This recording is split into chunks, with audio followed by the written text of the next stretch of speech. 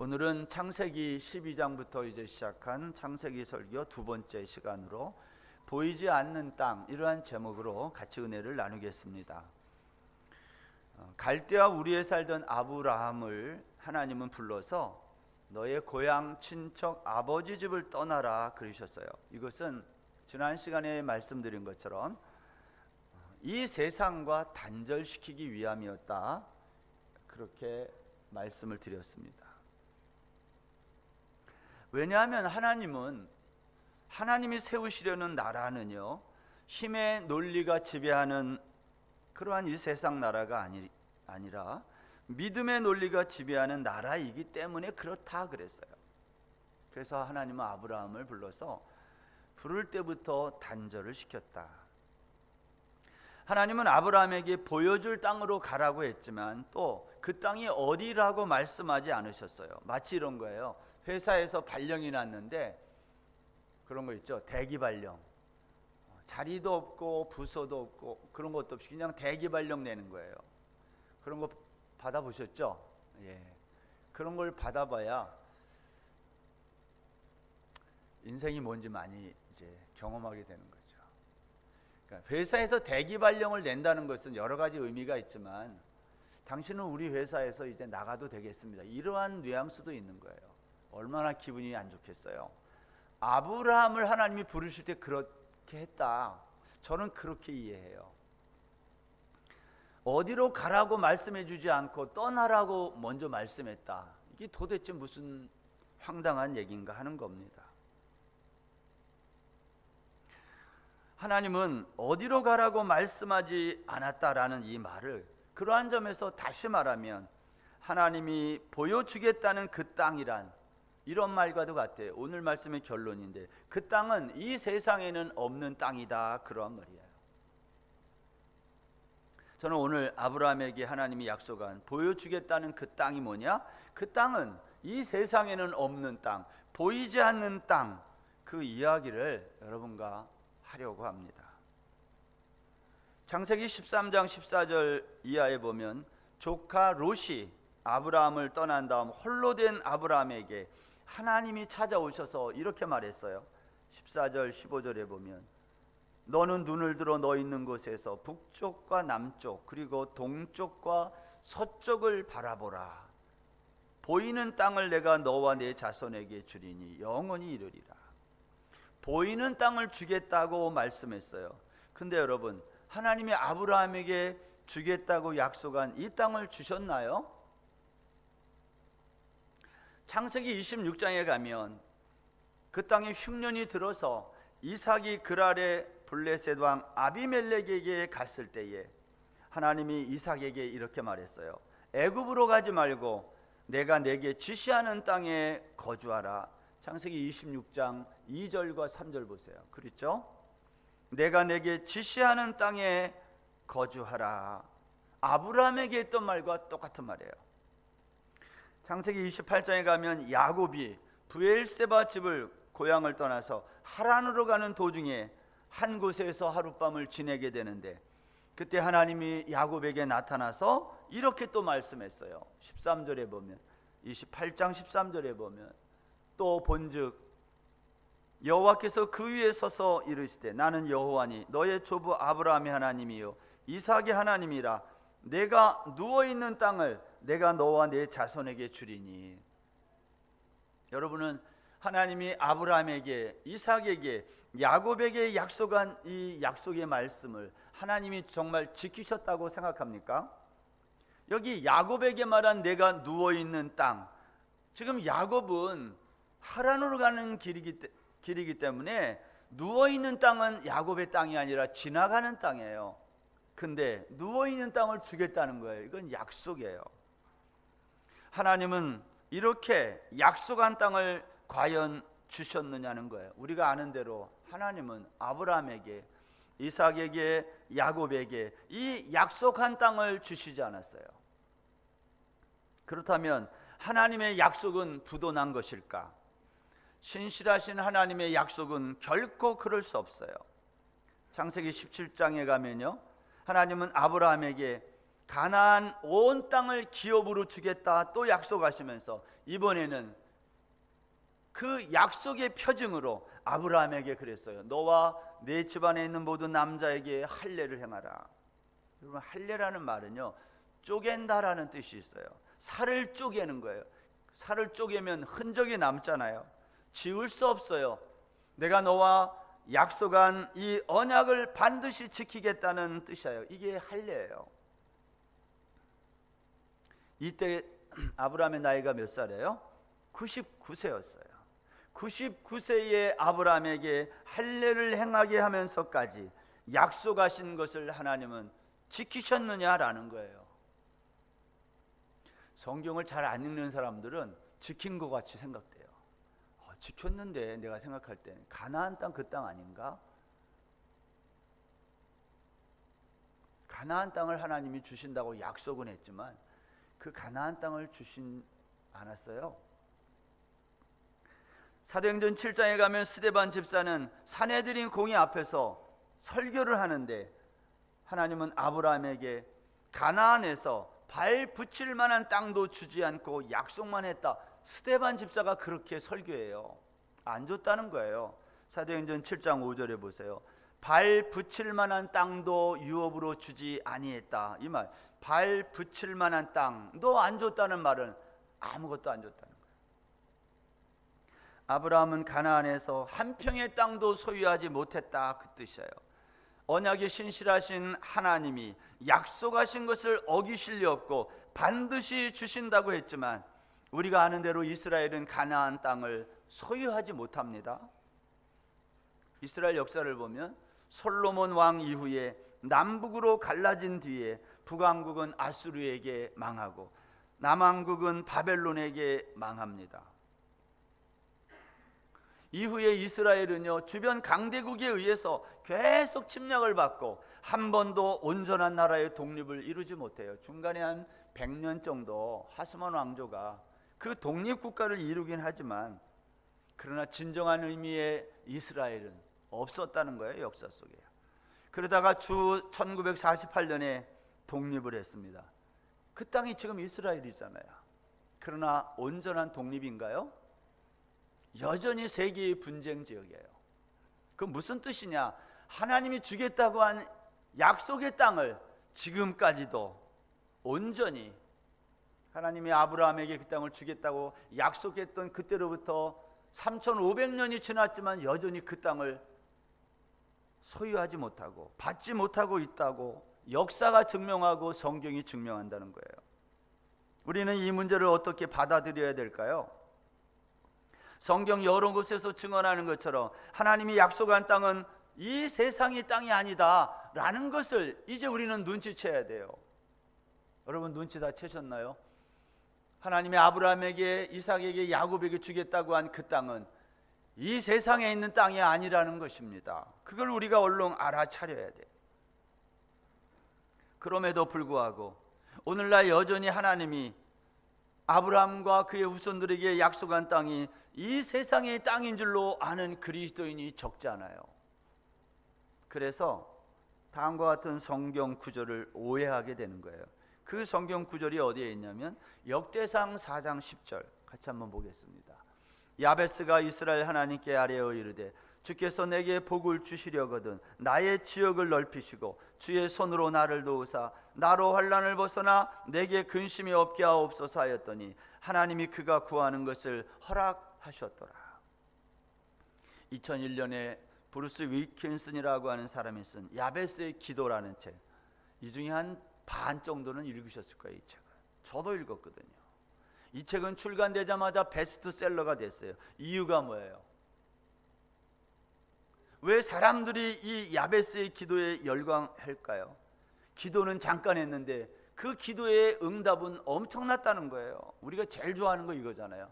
조금 일하고 많이 버는 거. 기도도 그렇게 생각하는 거예요.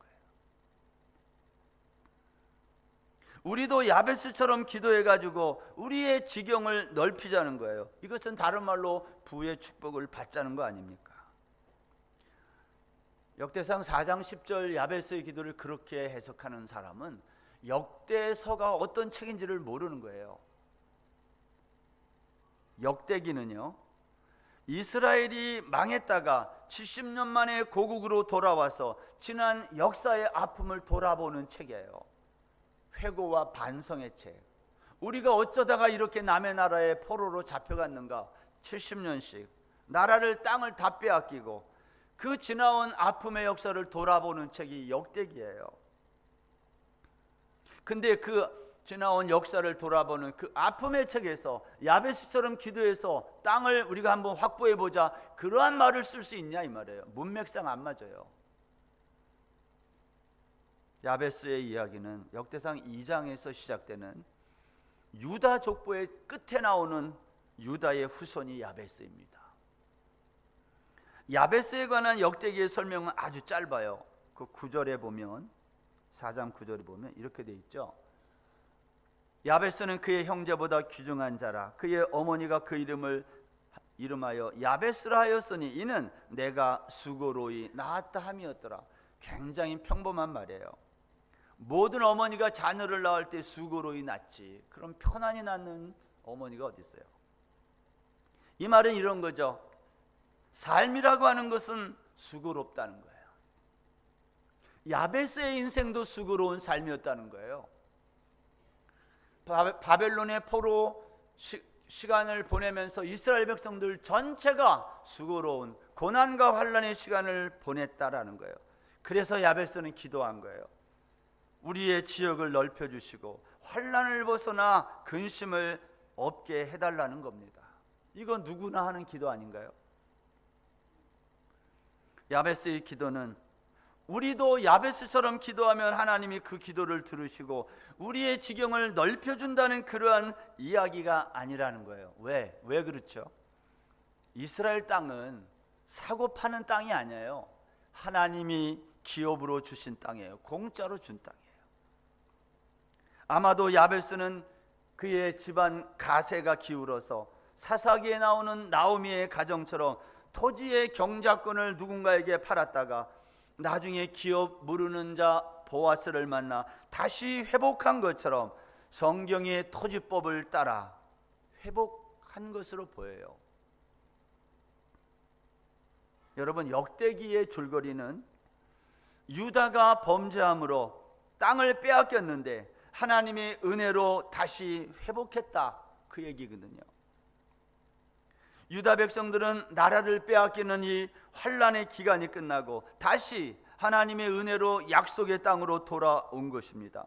그리고 이와 같은 지난 역사를 돌아보면서 이걸 쓴 거예요. 교과서처럼 우리 앞으로 범죄하지 말자. 그래서 나라를 빼앗기는 이러한 슬픔을 겪지 말자. 그것을 포로에서 돌아온 사람들에게 에스라가 오늘날로 말하면 학교 교과서처럼 써서 온 백성들에게 가르친 책이에요. 역대기가 신명기랑 비슷해요.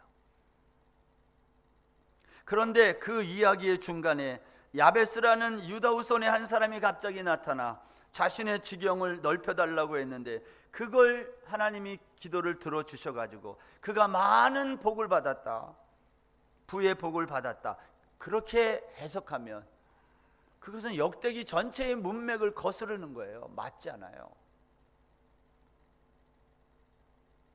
저는 물론 우리도 야베스처럼 이러한 기도 응답을 받아서 이 세상에서 땅이 많아지면 좋겠어요. 저도 간절한 소원이에요.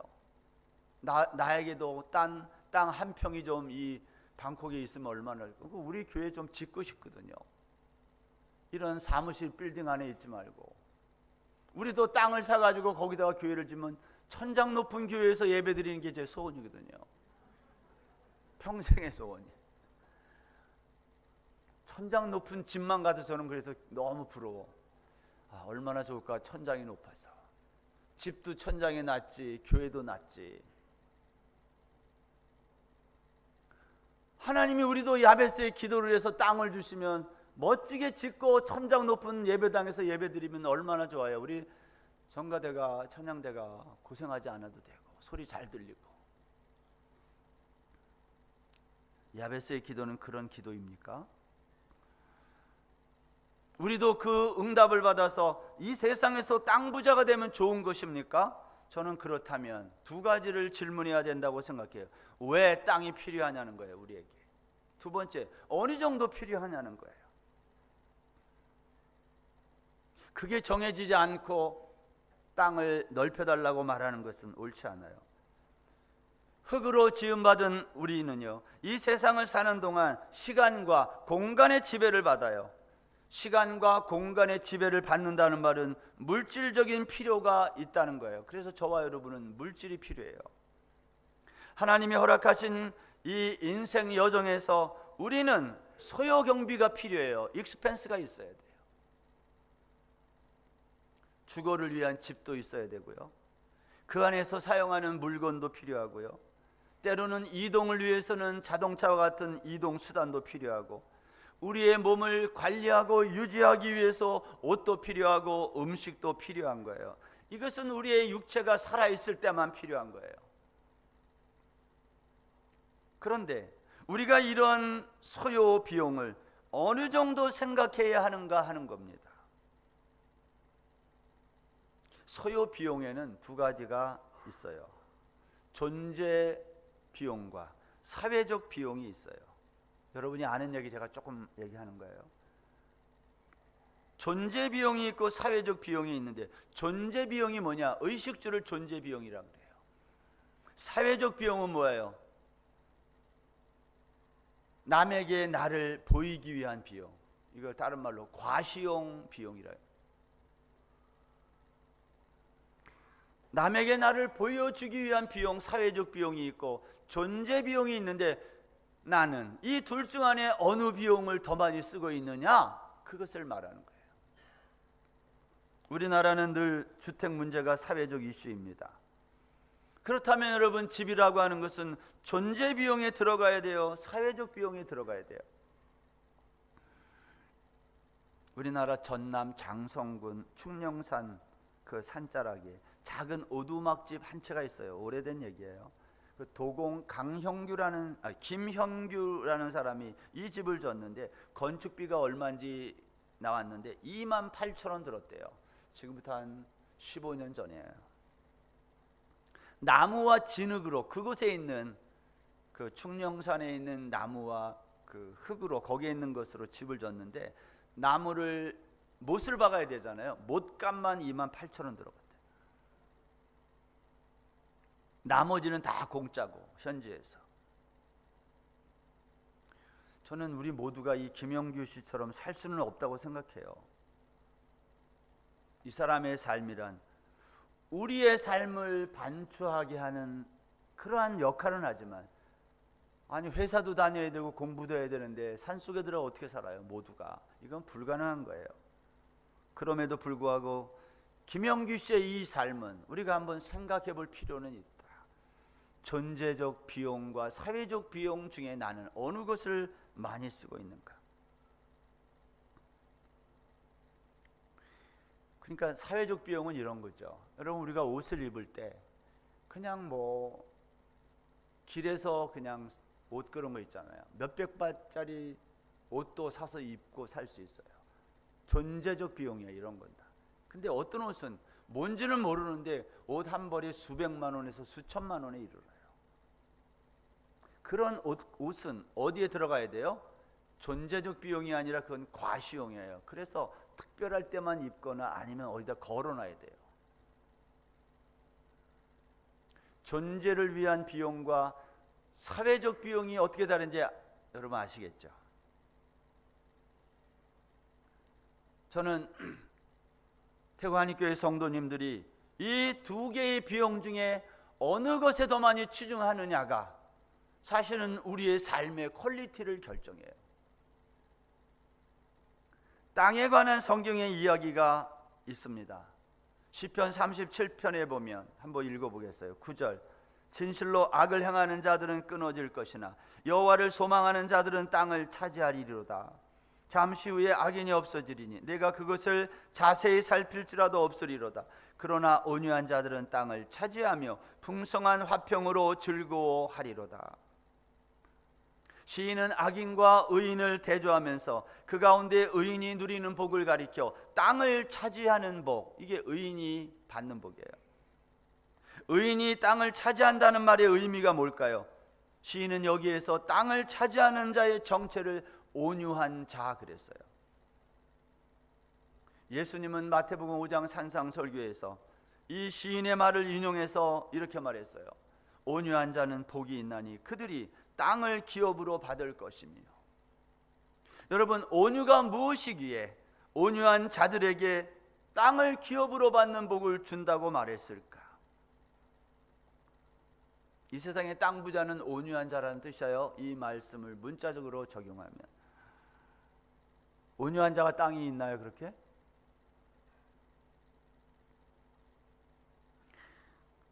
민수기 12장 3절에 보면 모세의 온유함이 지면의 모든 사람보다 더하다 그랬어요. 성경이 온유한 자의 대명사로 모세를 드는 이유가 있습니다. 모세는 광야에 있을 때 구스 여자를 아내로 맞이한 일 때문에 가장 측근인 아론과 미리암의 비방을 받아요. 미리암과 아론이 그랬어요. 여호와께서 모세 너하고만 말씀했느냐, 우리와도 말씀했는데 하면서 모세를 비방했어요. 여러분, 이때 모세가 이 문제를 가지고 달려드는 미리암과 아론과 다투지 않았다 그래요, 성경이. 모세가 자기의 리더십에 도전하는 미리암과 아론에게 다투지 않았다는 것은요, 놀라운 사실이에요. 이럴 수 없어요. 왜 그런지 아세요? 모세는 그런 사람이 아니니까. 모세는 과거 바로의 궁에 살 때에 자기 마음에 안 드는 병사를 쳐 죽인 사람이에요. 무시무시한 사람이에요. 마음에 안 들면 죽이는 사람이에요. 모세는 시내산에서 우상 숭배하는 이스라엘 백성들에게 하나님이 말씀이 기록된 두 돌판을 집어던지고 레위 자손에게 칼을 들게 하고 그날 3,000명을 죽인 사람이에요. 그러니까 모세는 어떤 사람이라는 뜻이에요? 성격이 더러운 사람이에요. 불같은 사람. 그런데 지금 미리암과 아론이 자기에게 도전하는데 그것에 대해서 반응하지 않고 다투지 않았다. 이것은 놀랄 만한 일이다 그 뜻이에요.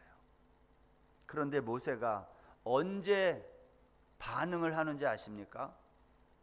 이 일로 인해서 하나님의 진노가 미리암의 몸에 나병으로 나타나요. 한센시병으로 나타나요. 아론이 모세에게 살려달라고 간청할 때 비로소 모세가 반응을 보이는데 모세의 반응은 한 가지였어요. 하나님, 미리암을 살려주세요 하고 기도한 일이에요.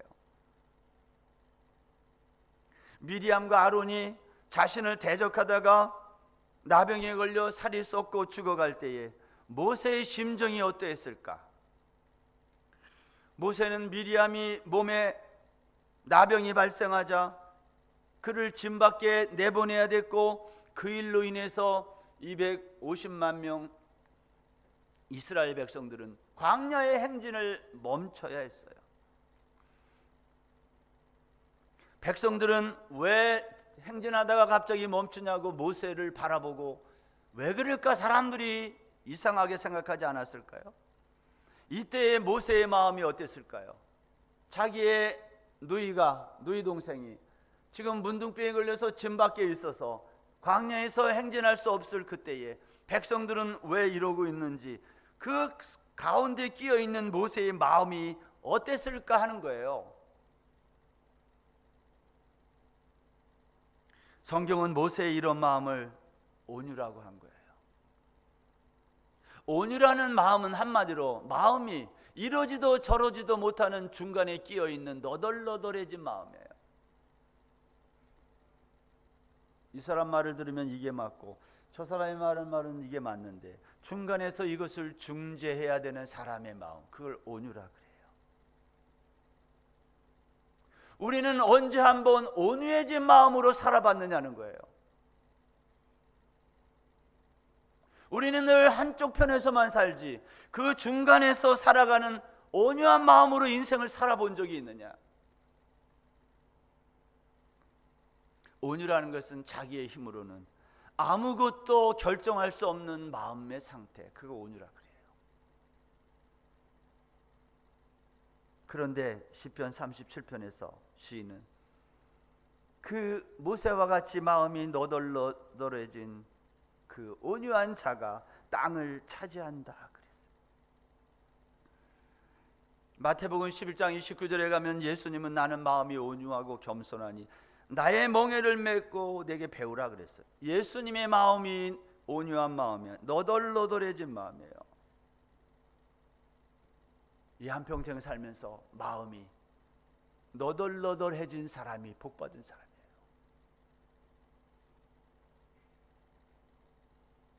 성경은 그와 같은 사람이 땅을 기업으로 받는다 그랬어요. 그렇다면 그 온유해진 사람이 받는 땅이 이 세상의 땅이겠느냐는 거예요. 그 사람이 받는 땅은 어떤 땅이겠어요?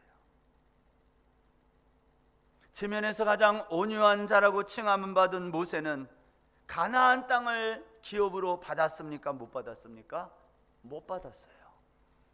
신명기 32장 49절에 보면 너는 여리고 맞은편 모압 땅에 있는 아바림 산에 올라가 느보산에 이르러 내가 이스라엘 자손에게 기업으로 주는 가나안 땅을 바라보라. 비록 내가 이스라엘 자손에게 주는 땅을 맞은편에서 바라보기는 하려니와 그리로 들어가지는 못하리라 하시니라. 모세는 가나안 땅에 들어가기를 간절히 원했지만 들어갈 수 없었어요. 지면에서 가장 온유한 모세가 땅을 기업으로 받지 못하고 대신 온유하다는 말을 한 번도 들어보지 못한 여호수아가 들어가요. 무슨 말이에요? 왜 온유한 자는 땅을 못 받고 왜 온유하다는 말을 듣지 못한 여호수아가 들어가야 될까요? 히브리말 여호수아는 헬라말로 하면 예수예요. 여호수아가 가나안 땅에 들어갔다는 말은 온유하고 겸손하신 예수가 들어갔다는 말이에요. 가나안 땅은 여호수아와 그와 함께한 이스라엘 백성들이 차지하는데 이들은 모두 출애굽 2세들이에요. 그들의 부모 세대가 밟지 못한 땅을 자녀 세대가 밟은 거예요. 하나님이 아브라함에게 약속한 그 땅은요, 대부분의 이 땅의 그리스도인들은 밟아보지 못한 땅이에요. 하나님이 아브라함과 그의 후손들에게 주시겠다고 약속한 가나안 땅, 그 땅은 이 세상에 있는 땅이 아니라는 명확한 증거예요. 역대상 4장에서 야베스가 기도하여 얻은 그 땅과 시편 37편에서 시인이 말한 의인이 차지할 땅은 보이는 땅 가나안이 아니라 보이지 않는 하늘의 땅인 거예요. 성경이 말하는 땅은 하늘의 땅을 모형하고 있는 거지. 너희들이 이 세상에 살면서 야베스가 기도해가지고 땅을 많이 얻은 것처럼 너희들도 그렇게 땅 부자가 되라, 그 뜻이 아니다 그 말이에요.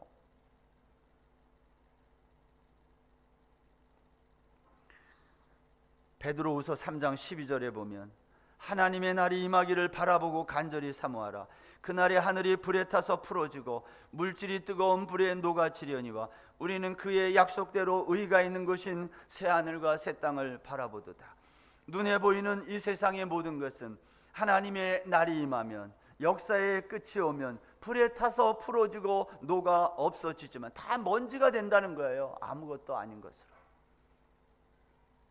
그렇지만 하나님이 약속하신 의가 있는 곳인 새하늘과 새 땅은 우리가 믿음의 눈으로 영원히 바라볼 수 있다는 말이에요. 그렇다면 성경이 말하는 땅은 전부 저 하늘의 땅을 말한 거예요. 요한계시록 21장 1절에 보면 또 내가 새하늘과 새 땅을 보니 처음 하늘과 처음 땅이 없어졌고 바다도 다시 있지 않더라. 또 내가 보매 거룩한 성 새 예루살렘이 하나님께로부터 하늘에서 내려오니 그 준비한 것이 신부가 남편을 위하여 단장한 것 같더라. 처음 하늘과 처음 땅은 사라지고 새 하늘과 새 땅이 하늘에서 내려오는데 그 모습은 신부가 남편을 위해 단장한 모습이라는 거예요. 새 하늘과 새 땅은 신랑 대신 예수 그리스도를 위해 단장한 신부된 이 땅의 교회, 바로 저와 여러분이에요. 하나님이 아브라함에게 내가 보여줄 땅으로 가라 하고 한 그 땅은 바로 저와 여러분 교회다 그 말이에요.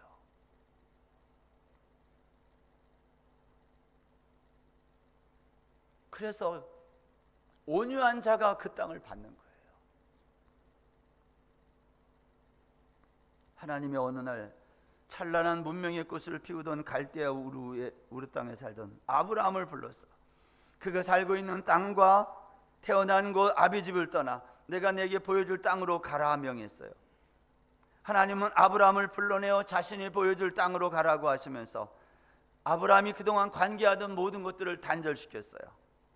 그가 살던 땅을 떠나게 했을 뿐만 아니라 아버지 데라가 죽었고 사라와 결혼했지만 아들을 낳지 못했어요. 이 세상에서 의지할 만한 모든 것들을 끊었다 그 뜻이에요. 그리고 내가 보여주는 땅으로 가라는 거예요. 그런데 알고 보니 하나님이 아브라함에게 그의 후손들에게 주시겠다고 약속한 그 땅은 이 세상의 땅이 아니었던 거예요. 그 땅은 우리의 눈에는 보이지 않고 믿음의 눈으로만 볼 수 있는 하늘의 땅이었기 때문이에요. 그런데도 오늘날 아직도 눈에 보이는 땅을 이 세상에서 좀 더 많이 갖겠다고 그렇게 인생의 수많은 날들을 허비한다면 그 사람이 어떻게 그리스도인이라 말할 수 있냐 이 말이에요.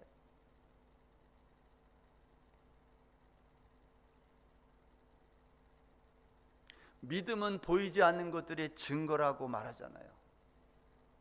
왜 성경에서 믿음은 보이지 않는 것들의 증거라고 말을 하면서 실제로 우리는 우리의 믿음을 손으로 만져보고 증명해 내려고 하냐 이 말이에요.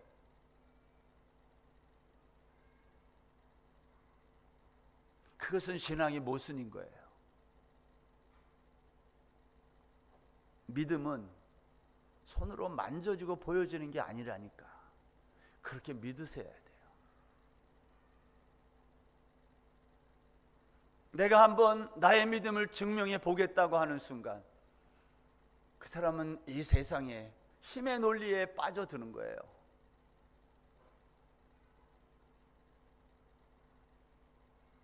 다음 주일날 저 뒤에 안내석에 우리 선교위원회에서 선교 헌금 약정서를 안내석에 준비해 놓을 거예요. 우리 교회가 생긴 이래로 제 기억에 우리 교회에서는 약정 같은 거 거의 안 했어요. 제가 혹시 실수할 수 있는데 제 기억에 제가 목회하면서 약정 같은 거 한 적이 없어요. 저는 서원도 안 하고 약정 같은 거 안 좋아해요. 있으면 하고 없으면 안 하는 거지. 근데 다음 주는 이걸 하려고 그래요. 선교헌금 약정서. 여러분이 약정한 목장별로, 가족별로, 개인별로 여러분이 동참해 주시면 그 동참해 주신 그 선교 헌금을 가지고 올해에는 선교사님들 후원하는 일 18명, 그리고 태국교회 성도들 자녀 중에 학비가 부족하여 요청해 온 태국교회 성도들 자녀 장학금, 그리고 한인 선교사님 중에 애들이 많은 집이 있어요. 다자녀 선교사님들, 그분들을 올해는 후원하기로 했어요. 선교위원회가. 제가 이 말씀을 여러분에게 드리는 것은 우리의 인생 여정에서 나의 사회적 비용을 줄여서 존재적 비용이 필요한 사람들에게 나누는 것, 그것처럼 이 세상에서 값이 있는 일이 없어요. 500밭 가지고 할 수 있는 일을 수천 수만 밭으로 쓰는 것은 사회적 비용에 들어가야 돼요. 우리 그렇게 살지 말자는 거예요. 내가 사회적 비용을 위해서 쏟아붓는 그 모든 것들 중에 어느 부분을 존재적 비용으로 돌려 이 존재적 비용이 없어서 힘들어하는 우리의 이웃들에게 나누자는 거예요. 그걸 헌금이라 그래요.